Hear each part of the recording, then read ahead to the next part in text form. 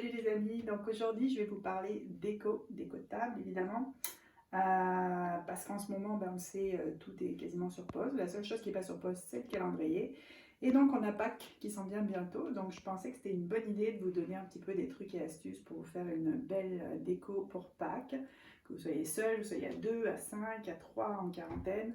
Je pense que c'est important de prendre le temps de célébrer Pâques comme il se doit, en faisant une belle déco. Donc la première chose que vous allez faire pour faire votre déco, c'est choisir votre nappe.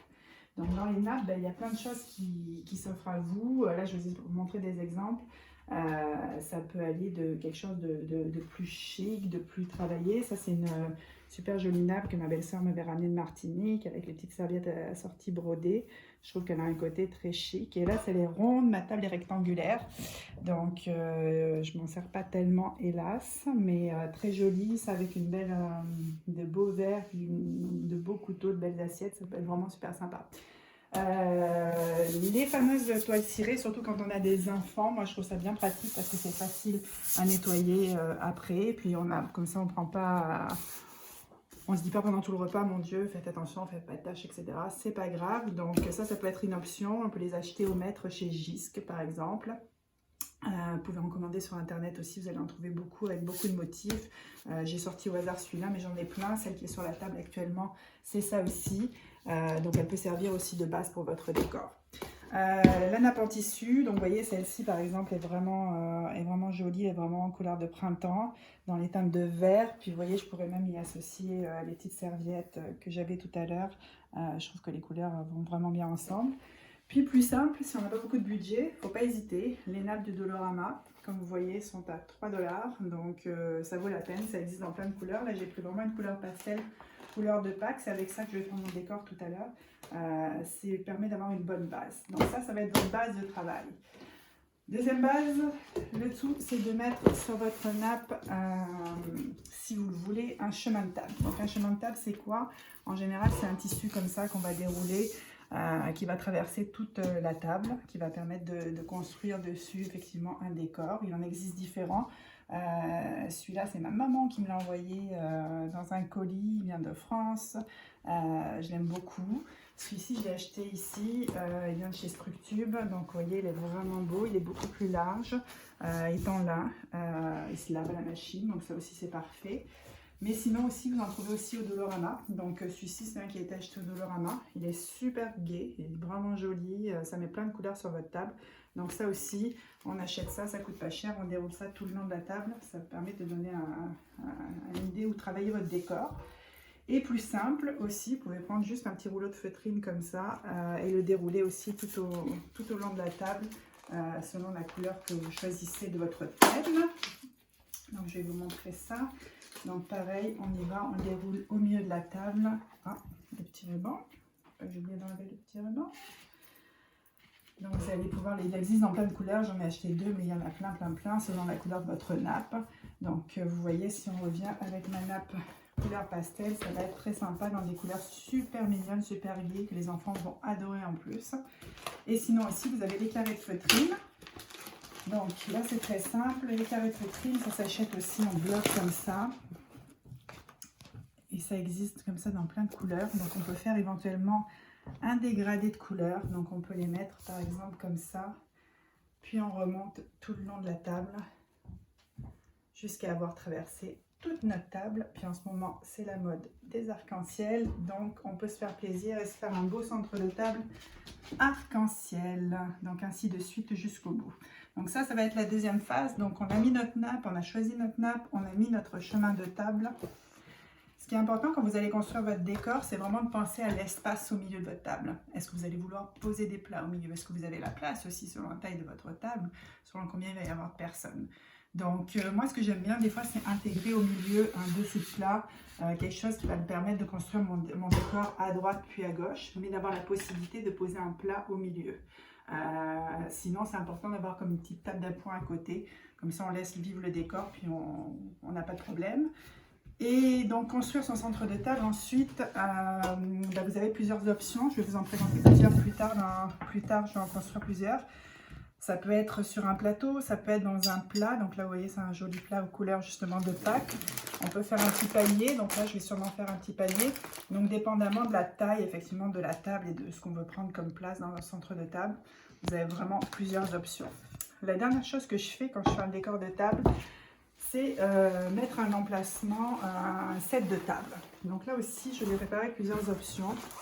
Donc une des premières options classiques, le set de table qu'on connaît tous. Donc on le met à chaque emplacement, ça délimite l'espace, ça donne un petit côté un peu sympa à la table où on va pouvoir faire un décor personnalisé pour chacun. Donc là on y va avec ce qu'on a sous la main. Moi j'en ai évidemment plein de sortes différentes, en tissu ou pas, en paille, etc. Mais il y a d'autres options qui s'offrent à vous. Pas besoin d'acheter forcément des sets de table. C'est-à-dire, je m'explique, le papier. Ça c'est des feuilles de papier carré qui se vendent à l'unité. On trouve ça chez Omer de Serre, chez Walmart, chez Dollarama, vous allez en trouver un peu partout. Donc là, vous pouvez le mettre à chaque emplacement pour délimiter la place de chacun. Puis ça, c'est pas grave, ça coûte pas cher. À la fin du repas, on le jette, c'est fini, c'est pas important. Puis il en existe des blocs comme ça. Donc vous pouvez acheter des blocs aussi, puis vous en aurez pour les prochaines fois, ou pour faire du bricolage ou autre chose. Donc dans plein de thèmes différents. Ça, c'est vraiment une option que j'aime beaucoup. Autre option, les plus grands papiers, ceux-là je les trouve chez Omer de Serre. Donc là ils ont été un peu découpés, on a bricolé dedans. Donc ils sont très sympas, moi j'adore. C'est des grands papiers comme ça, donc vous voyez ça coûte pas très cher. Vous voyez celui-là était 1,47 €. Donc on peut aussi découper un rectangle qu'on va mettre à chaque place en fonction du thème, en fonction de la couleur. Il existe des tonnes d'options. Regardez celui-ci vraiment comme dans des couleurs de printemps. Ça, c'est plus des toiles de Jouy. Il existe plein de choses. Ça coûte entre 2 $ et 10 $ pour ceux qui sont le plus texturés. Mais là-dedans, on fait 4 sets de table, donc ça vaut la peine aussi. Après, si on veut y aller plus fancy, qu'on est très créatif, fouillez dans les magasins de bricolage. Il y a plein de choses qui existent. Ça, c'est des carrés de mousse. Je veux dire, pourquoi pas. Pourquoi pas si on veut aller avec une déco plus champignons, plus nature. On a plein de choses qu'on peut décliner autour, donc ça aussi ça va vous permettre de délimiter le set de table. Et pour finir, moi j'aime ça délimiter aussi l'endroit où on va poser le verre. Donc pareil, toujours avec mon idée des blocs de papier, on peut effectivement délimiter l'endroit où on va poser soit le verre, soit soit un petit décor. Les couleurs ne fitent pas du tout là, je fais juste au hasard. Mais soit un petit décor exactement qu'on va mettre à côté du verre qui va permettre de continuer à faire le thème. Ou bien simplement un petit marque-place sur lequel on va marquer le prénom, comme ici, qu'on va pouvoir poser à côté du verre. Parce qu'il faut juste démystifier quelque chose.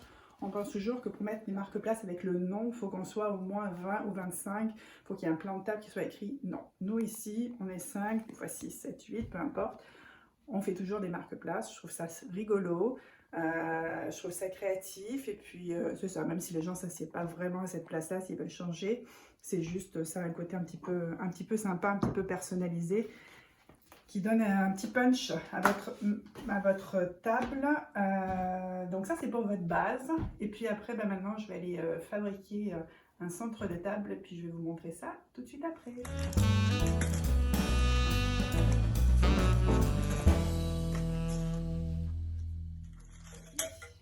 Donc là, je voulais vous montrer des petites choses et vous expliquer comment faire ça avec les enfants, vous à la maison, etc. Donc ça, c'est vraiment hyper simple. Ça arrive sous forme de boîte. Je pense que j'en ai une encore comme ça, avec plein de petits décors dedans. Vous voyez, on peut utiliser. Donc ça, c'est super facile. C'est une belle activité à faire avec les enfants. Trouver un plat. On met des petits fils comme ça de couleurs. On leur dit de placer des petits personnages. Donc ça peut aller comme au milieu de votre table. Si vous avez les sets de table dans les mêmes teintes de couleur jaune, ça va vous faire une table super mignonne. On peut ajouter, si on a vraiment la place, un pot en métal dans les mêmes teintes de couleurs avec des fausses fleurs. Quelque chose qui risque rien. Moi j'ai tendance à dire, surtout si vous avez des enfants, allez-y avec un décor avec lequel on peut jouer. Un décor, ça doit être festif, ça doit pas être quelque chose de fragile auquel on ne doit pas toucher. Donc là, les enfants, pendant le repas, vont pouvoir jouer avec les petits poussins, jouer avec les petits lapins, les petites carottes, les petites fleurs. C'est bien, bien correct. Ici, on y va avec quelque chose de plus dans les teintes de nature, donc avec quelques animaux, quand même des œufs, parce que quand même c'est Pâques, donc pour avoir quand même la connotation de Pâques. Donc là, après, je vais vous faire un montage sur une table de ce que ça peut donner. Ici aussi, c'est un début de panier qu'on peut mettre au centre de la table, donc plus avec quelque chose de naturel, avec des fibres naturelles, mais toujours avec un petit rappel des couleurs de Pâques. Et je voulais partager avec vous donc, des petites choses que j'avais trouvées que je trouvais vraiment sympa au Dollarama. Donc ça, ces petits œufs comme ça, ils arrivent dans ce paquet-là. Et en fait, c'est très sympa. Je vais vous montrer ça en live. C'est vraiment comme des œufs à gratter. Donc en fait, vous pouvez gratter et faire un dessin, marquer un prénom, ce que vous voulez. Puis en fait, après, vous avez un petit trou au-dessus et vous allez pouvoir accrocher un petit ruban. Donc vous pouvez aller accrocher ça où vous voulez, soit au bord de verre. Si vous avez un lustre au-dessus, vous pouvez aussi accrocher tous les prénoms de toutes les personnes au-dessus de la table. Je trouve que c'est vraiment rigolo. Puis ça, de nouveau, allez-y, faites-le faire aux enfants. Si vous avez des enfants, donnez-leur, demandez-leur chacun d'écrire leur prénom, de faire un petit dessin. C'est toujours très sympa. On peut après venir effectivement le coller sur le verre avec un tout petit bout de scotch ou quelque chose pour faire un marque-place. Je vous montrerai plus tard des idées pour faire des marque-places. Pour marquer les verres, si on est nombreux, on n'est pas censé être nombreux, mais il va y avoir d'autres fêtes de Pâques et de Noël, etc. Il y a toujours ce genre de petites choses qui existent, qui sont faciles à trouver. Moi, je trouve ça plutôt rigolo. C'est un petit côté chic. On peut l'accrocher au pied du verre. Et puis, pour les marque-places, ou pour faire des dessous de verre, plus dans la collection nature, j'ai trouvé ces feuilles que je trouve plutôt rigolotes. Donc ça aussi, selon le thème de votre table, ça peut être sympa. Et puis, ce que je voulais vous dire tout à l'heure, j'ai oublié, si vous ne voulez pas avoir de serviettes à laver, bah écoutez, faites-vous plaisir. Des serviettes de table, il en existe des tonnes sur le thème de Pâques ou pas, qui vont pouvoir se coordonner à votre table. Donc n'hésitez pas, fouillez. Et ça, c'est la dernière chose que je voulais vous montrer. De nouveau, surtout si vous avez des enfants, je trouve ça super rigolo. C'est le même principe que ceux qu'on a à Noël, les crackers. On tire, puis il y a une petite surprise dedans.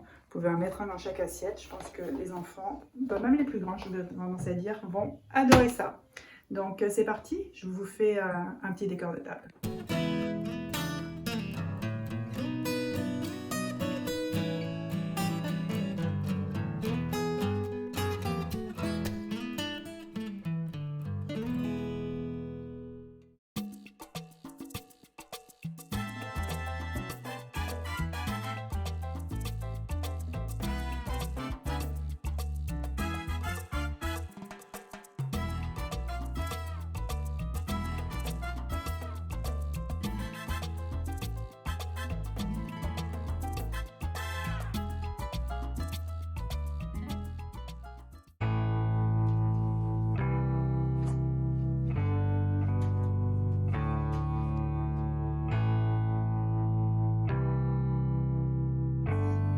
Donc voilà, décor numéro 1 est complété. Donc vous voyez ici, on était vraiment comme avec les couleurs pastel, vraiment sur le thème de Pâques. Donc petit truc et astuce, donc là pour les marque-places par exemple, j'ai trouvé ça au Dollarama, je trouve ça vraiment très mignon. C'est comme des petites pelotes de laine, puis vous voyez, on a juste comme écrit des prénoms, puis on a planté ça dans la pelote de laine. Et pour les dessous de verre, j'ai utilisé des papiers origami en fait. Donc ça c'est sympa, c'est pareil, il y en a plein de couleurs. Puis après le repas, en plus ça peut être une activité très sympa en famille. Un petit cours d'origami pour tout le monde. Après effectivement, donc il y a des petits rubans aussi, donc on peut s'amuser à faire des petits nœuds sur les verres, toujours dans les mêmes couleurs. Puis on n'oublie pas des petites serviettes rigolotes, surtout si on a des enfants à table. Donc voilà, c'était le décor numéro 1.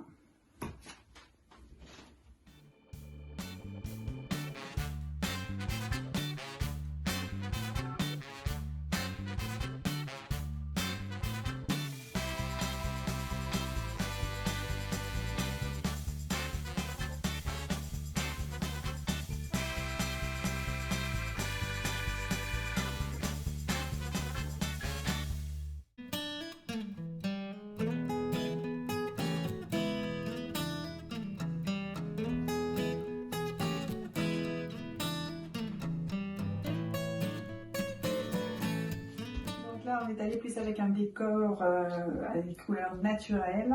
Donc, juste vous dire, j'en profite pour vous dire qu'on a tendance à croire que Pâques, ça doit toujours être des couleurs pastel comme dans le décor précédent. Noël, c'est toujours en rouge et en vert et en blanc. Non, en fait, vous avez le droit de faire ce que vous voulez.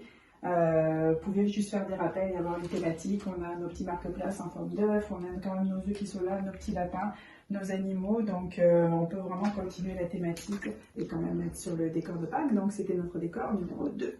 Donc voilà, c'était ma petite vidéo conseil pour vous faire un super décor de Pâques. J'aurais pu vous faire 22 décors différents, j'en ai fait juste 2 pour vous donner un petit peu des idées. Donc n'hésitez pas, faites un décor, c'est Pâques, c'est important, prenez le temps, ça va changer le rythme de votre journée, ça va vous donner un petit objectif et éventuellement une petite activité avec les enfants. Puis ça va rendre honneur à tout ce que vous allez faire qui va être sûrement super bon à manger. Donc une fois de plus, vous voyez, j'ai mis une table pour 3 personnes, ça peut être pour 2, ça peut être pour 1, ça pourrait être pour 5. À vous d'être créatif. Merci, à bientôt, bye bye. Alors n'oubliez pas de commenter, de vous abonner et à bientôt pour d'autres vidéos, je l'espère. Bye bye.